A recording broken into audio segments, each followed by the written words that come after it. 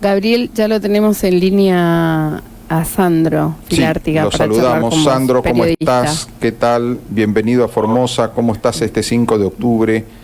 Vos que te has convertido en un cultor, en un ¿cómo puedo llamarlo? ¿No? Un difusor de permanente del recuerdo y de la memoria de esto que ocurrió aquel 5 de octubre del 75.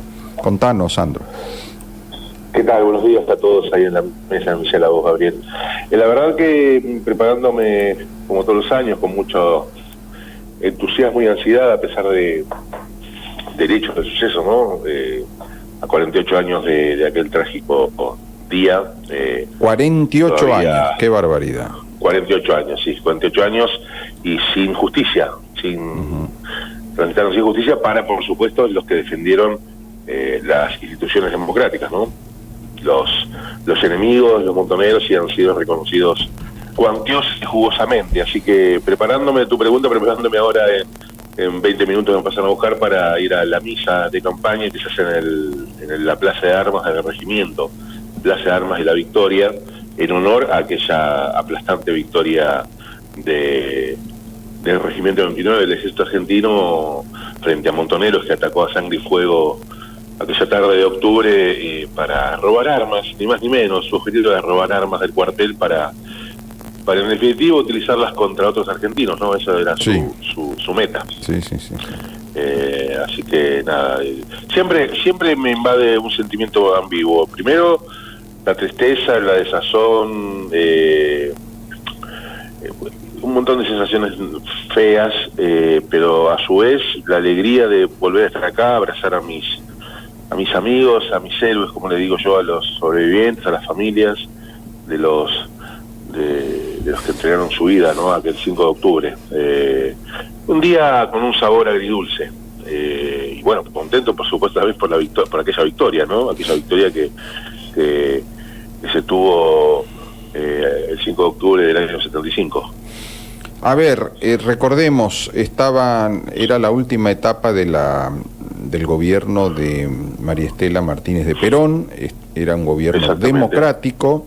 Recordemos, María Estela Martínez de Perón había sido la vicepresidenta de su esposo, el general Juan Domingo Perón, que muere en el año 74, asume ella y queda muy debilitada políticamente por este enfrentamiento permanente entre sectores dentro del mismo gobierno y después por esta situación donde estos jóvenes le declaran la guerra a su gobierno, al ejército, y empiezan una situación, una situación de enfrentamiento armado que termina con el golpe de Estado. Es decir, el golpe que dan los montoneros en Formosa luego fue la excusa del ejército para voltear a la propia presidenta de la nación. Esa fue la dimensión histórica que tuvo el golpe de Formosa, ¿no?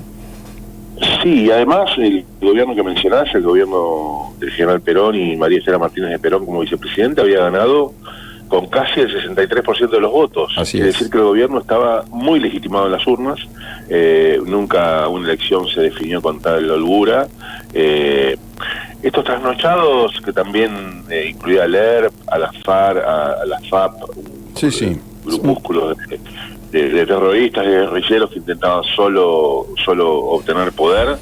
Quiero dejar bien claro, porque todavía al día de hoy se sigue hablando y que había una guerra, y no lo digo yo, no es que se me ocurre a mí o eso se instauró hace poco, sino las mismas fuerzas hablaban de guerra, porque portaban uniformes militares, utilizaban grados para diferenciarse entre ellos. El objetivo de ellos el objetivo de los guerrilleros era de que se hable de una guerra y que les reconozcan el estatus de combatientes de una guerra. Exactamente, por eso cuando hoy a muchos se rasgan las vestiduras diciendo que no hubo una guerra, pero no la decimos ni vos ni yo, la buscaban ellos, como bien señalás, así que flaco favor le hacen a la historia y a la memoria al negar lo que ellos mismos proponían, ¿no?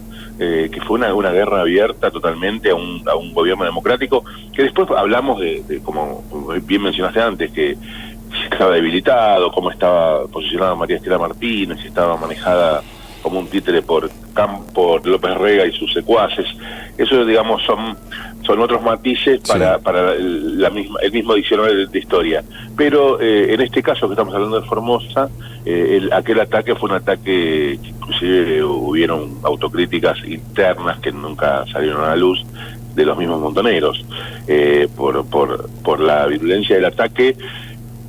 Porque ese día había soldados, había solo 2 oficiales, y cuando Montoneros hablaba de a quién combatía, que era el ejército Lidarca de los oficiales, y siempre me pregunto por qué no atacaron un martes a la mañana, un jueves al mediodía, ¿no? Que iban a encontrar a todos los oficiales que ellos señalaban como sus enemigos. No, pero eligieron un domingo a la tarde, donde sabían que no había oficiales, había soldados que además, y esto me permito sin ser peyorativo, por favor, ¿no? Los soldados más pobres del regimiento, muchos de ellos no habían podido irse de Franco a su casa por falta de dinero para el boleto de colectivo. Sí, sí. Quedaron los más humildes. Hicieron agua por todos lados. Sí, quedaron los más humildes. Los más humildes. Absolutamente. Para eso que por hoy hablar de pobreza es pecado, y en realidad ellos mismos se asumen así, y por eso lo menciono de esa manera.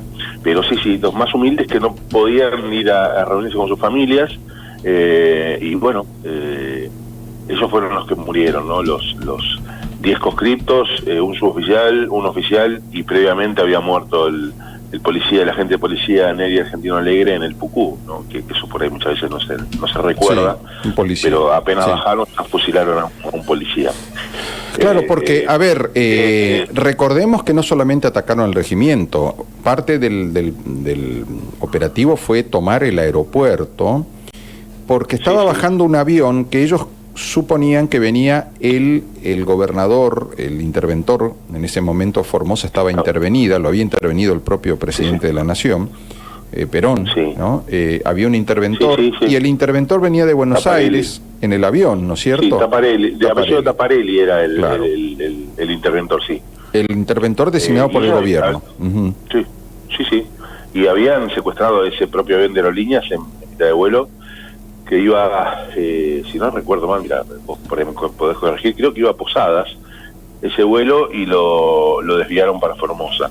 Y bueno, pero además de tomar el aeropuerto, hicieron estragos en la ciudad, porque la columna desde el Pucú hasta el aeropuerto, hasta el regimiento, son varios kilómetros, y durante ese viaje también hicieron estragos como la retirada, ¿no? La retirada sembraron el camino de Clavos Miguelitos para que no los persigan. Bueno, hicieron un descontrol muy grande en Formosa, que sostengo, y eso es a título personal, algún formoseño que esté escuchando me podrá corregir, que para mí Formosa ese día se partió en dos, ¿no? Cambió la historia para siempre de esta hermosa provincia, sin duda. Y aparte hay algo curioso, Gabriel, no conozco formoseños de una determinada edad que no hable del ataque o que no esté vinculado de alguna forma, que no haya tenido un primo, un vecino, un conocido, que haya sido parte de la defensa del regimiento.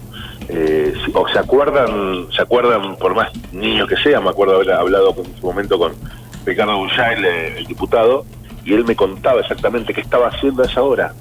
Estaba en su casa, quería ir al cine y no lo dejaron. Él, cuando escuchó los ruidos, se subió a la terraza y veía cómo huían las columnas de las camionetas perseguidas. Y bueno, todo Formosa quedó suspendida en el aire por varios meses, hasta empezar a salir de ese estrago que hicieron estos delincuentes, estos infames que como dije antes, solo querían sembrar terror a sangre y fuego, y lo lograron. Sembraron un terrorismo muy, muy, muy siniestro.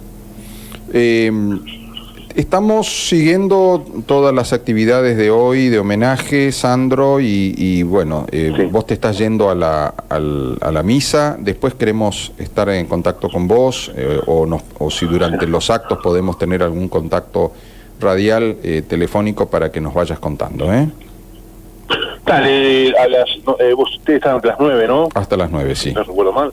Sí. Bueno, después de la misa nos vamos directo al cementerio Virgen del Carmen, que ahí se hace el responso, que siempre se hace a las 8, es lo primero que se hace. Se invirtieron el orden hoy. La responsa se va a hacer 9:30, 10:45, y luego está el acto que también que llega mucha gente, ahí en la plazoleta 5 de octubre, que está a donde termina o donde empieza, como quieran, Lelón, ahí en la Costanera.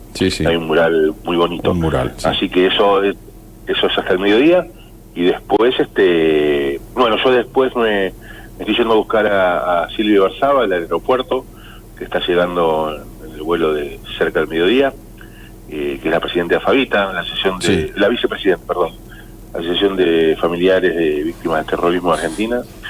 Viene a participar por primera vez de los actos, y bueno, y después a la tarde está el acto central, a las 18 horas en la Plaza de Armas del Reconocimiento. Gracias, Sandro.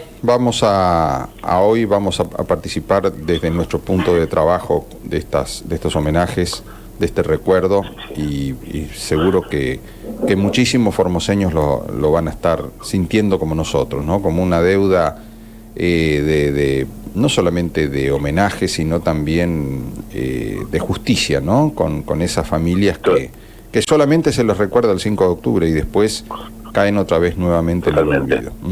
Gracias, Sandro. Totalmente. Gracias por el contacto, abrazo, Gabriel, e invitamos a toda la audiencia, por supuesto, a llegarse a los diversos actos que va a haber hoy en la ciudad. Bien, un abrazo, Sandro.